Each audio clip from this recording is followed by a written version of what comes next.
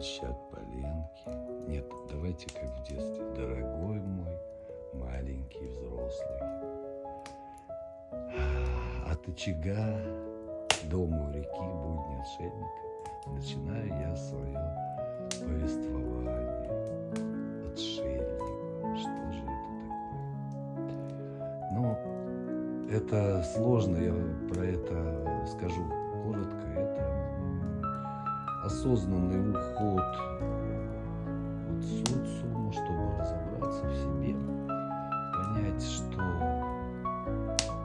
человек хочет, но досконально это понять так сразу нельзя, но хотя бы примерно, и навести порядок в своих мыслях.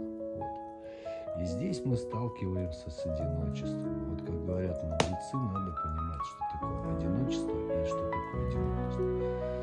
Но одинокость, как мудрые люди говорят, это что нельзя жить без чего-то или без кого-то. А одиночество – это великая вещь, это высокий уровень медитации. Это на самом деле одиночество – это высокий уровень жизни. Вот здесь я бы хотел сделать метку индивидуальный, личный каждый. Этот момент, вот этот тягостный, вот этот одиночество, он переживается только пониманием, что такое счастье внутри себя. Это тоже процесс усвоения мозгом вот этих вот мгновений в жизни, когда человеку хорошо самим собой. Вот эти вот мгновения надо ловить и запоминать, потому что если человеку хорошо от внешнего, это замечательно, это прекрасно, но это должно быть вот как бы второстепенно. Первостепенно должно ему быть хорошо с собой. И вот здесь вот, конечно, великий учитель, вот низкий ему от меня поклон. И честно скажу, что мне повезло в жизни получить благословение от него, Далай-ламы.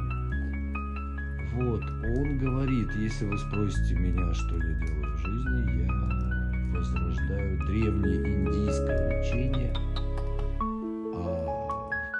Простыми словами, это покой ума, вообще это работа с умом и с эмоциями. Вот эмоции, вот смотрите, работа со своими эмоциями.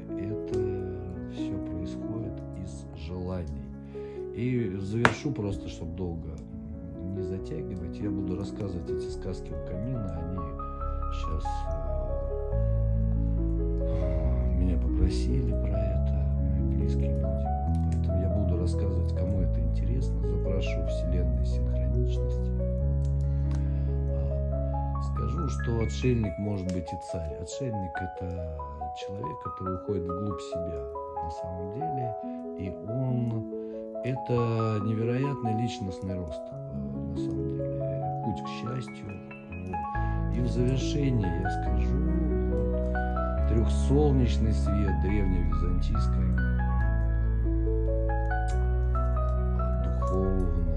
духовный путь